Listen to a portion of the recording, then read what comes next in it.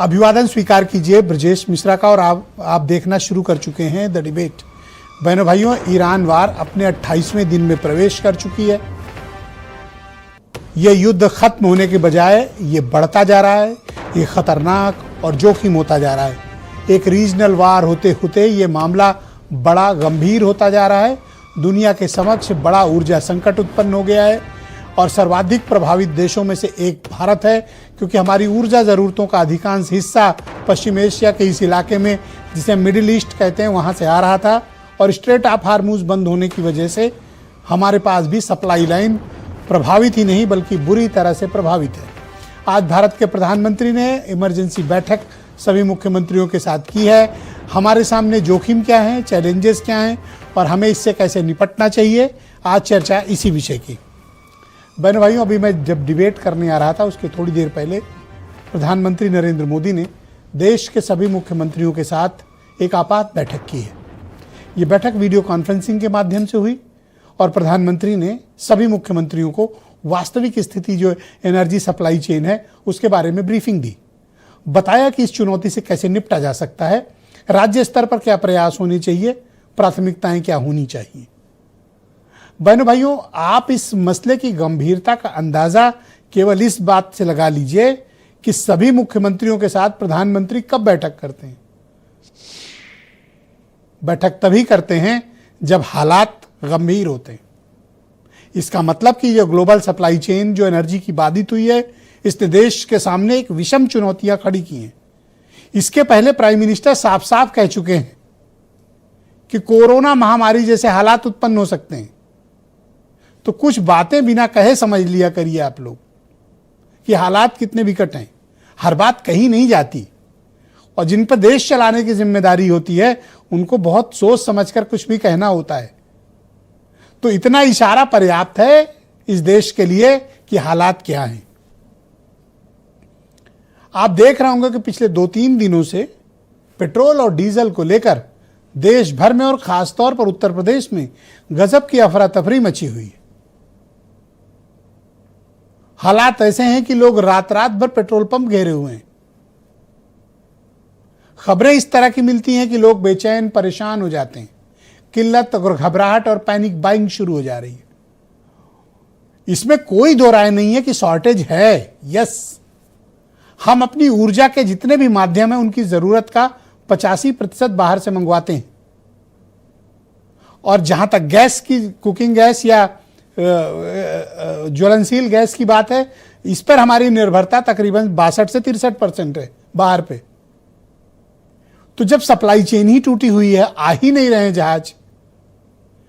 28 फरवरी से शुरू हुई है जंग, आज 27 मार्च पे है, हम सिर्फ 4 जहाज किसी तरह ला पाए, जबकि भारत को आवश्यकता तकरीबन 1.5 से 2 जहाज पर डे की है जो हमारी जरूरतें हैं।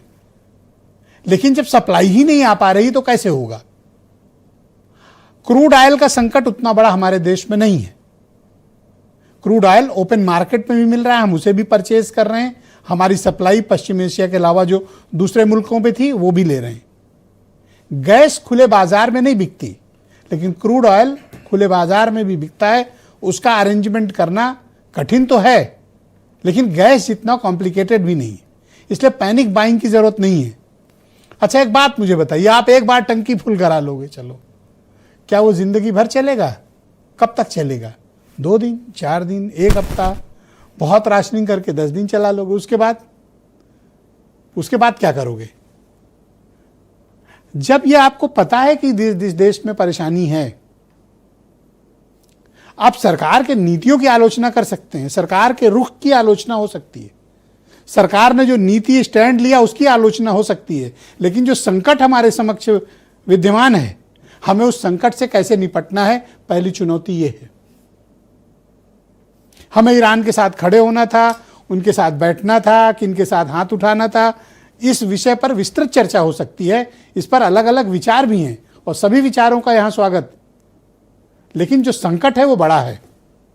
हमें इस संकट में बहुत संयम की आवश्यकता है। सरकार की नीतियों की खूब आलोचना होनी चाहिए, वो बिल्कुल होनी चाहिए। डेमोक्रेसी में सरकार के नीतियों की इस प्रकार से मीमांसा होना भी आवश्यक है, सही और गलत के निर्णयों पर भी। लेकिन बहनों भाइयों, जहां 140 करोड़ का मुल्क है, हम एक उपभोक्ता देश है, हम एक कंज्यूमर स्टेट हैं। हमारी ऊर्जा की जरूरतें दूसरे देशों के मुकाबले कहीं ज्यादा बड़ी और व्यापक हैं। तो ईरान में क्या हो रहा है, ये हमारे लिए सेकेंडरी है, बजाय इस बात के कि हमारी ऊर्जा जरूरतें समय से पूरी होती रहें। भारत सरकार इसके लिए क्या एफर्ट कर रही है? गैस लाने के लिए, क्रूड ऑयल्स के लिए सरकार के क्या एफर्ट है? बहनों भाइयों, 28 फरवरी से आज 27 मार्च तक सरकार ने अभी तक यह स्पष्ट नहीं किया है कि अगर पश्चिम एशिया की सप्लाई लाइन कटी है तो हम बाकी किस मुल्क से या किस इलाके से गैस और क्रूड ऑयल अतिरिक्त ला रहे हैं देश के लिए। देश एक ठोस आश्वासन चाहता है, देश एक एविडेंस बेस्ड सरकार से स्टेटमेंट चाहता है। देश चाहता है कि क्रूड ऑयल आ रहा है तो हमें बताया जाए। और बहनों भाइयों, तकनीक के इस दौर में सबको सब कुछ पता है, सूचनाओं का प्रवाह है। कौन सी शिप कहां से चल रही है लोगों को पता है, कौन से जहाज कहां से उड़ रहे हैं लोगों को पता है, किसका किसके साथ एग्रीमेंट हो रहा है लोगों को हकीकत पता है। सरकार से लोग चाहते हैं एक स्पष्टीकरण आए, ताकि ये जो पैनिक बाइंग पीछे से हो रही है ना, ये कम हो। सरकार की बात पर लोगों में एतबार की कमी है। कारण क्या है कि लंबी लंबी लाइनें, तरह तरह के स्टेटमेंट्स। अब इस पर राजनीति है तो राजनीति तो कहां नहीं होती, हर जगह होती है और होनी भी चाहिए, क्योंकि जवाबदेही सुनिश्चित हो। लेकिन एक बात मानना पड़ेगा कि इतनी क्राइसिस के बावजूद इस सरकार ने पेट्रोल और डीजल के कीमतें नहीं बढ़ाई हैं, वो अभी स्थिर हैं। आज एक्साइज ड्यूटी बड़े पैमाने पर कटी है, जिससे ऑयल मार्केटिंग कंपनीज को उनके घाटा जो हो रहा था उसको पूरा करें। लेकिन बहनों भाइयों, इस देश की ऑयल मार्केटिंग कंपनीज बड़ी ताकतवर, बड़ी लॉबिस्ट और बहुत अमीर हैं। उनके हिस्से से अगर कुछ मुनाफा कट भी जाएगा तो ऐसा कुछ नहीं आपदा आने वाली।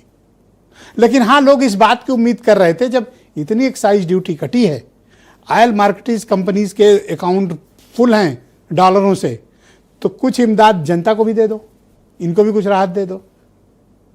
तो आज चर्चा हम इसी विषय की करने वाले हैं कि सरकार के सामने चुनौतियां क्या हैं, जोखिम क्या इस वक्त दुनिया भर में है, ईरान के राष्ट्रपति का दिन भर आने वाले बयान और अमेरिका और ईरान का उस पर खंडन। स्थिति गंभीर है। तो आप कुछ बयान सुने, फिर आज की डिबेट।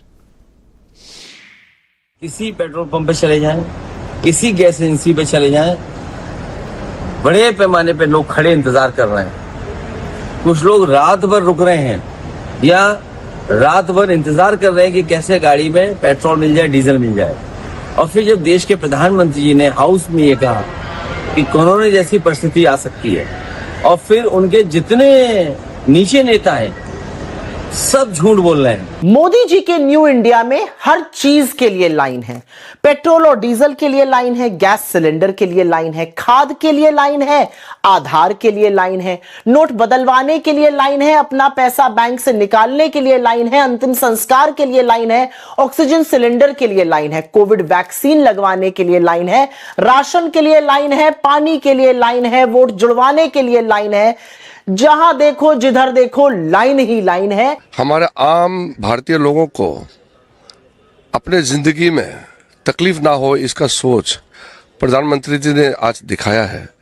नहीं तो आप भी, आम आदमी भी समझ सकते हैं, हमारे देश में गैस और ऑयल कितने कम प्रोडक्शन होते हैं और हम बाहर से निर्भर रखते हैं। तो अनिला सिंह मेरे साथ मौजूद हैं, भारतीय जनता पार्टी की प्रवक्ता हैं, जाने माने पत्रकार विनय राय जी भी हमारे साथ हैं, डॉक्टर उमा शंकर पांडे कांग्रेस कमेटी के प्रवक्ता, आसिम वकार एमआईएम के राष्ट्रीय प्रवक्ता, डॉक्टर आशुतोष वर्मा समाजवादी पार्टी के प्रवक्ता और वीरेंद्र सिंह जी हमारे नेशनल हेड। आप सभी का स्वागत और धन्यवाद। अनिला जी, मैं आपसे जानना चाहता हूँ, आज तकरीबन 1 महीने का वक्त हो गया है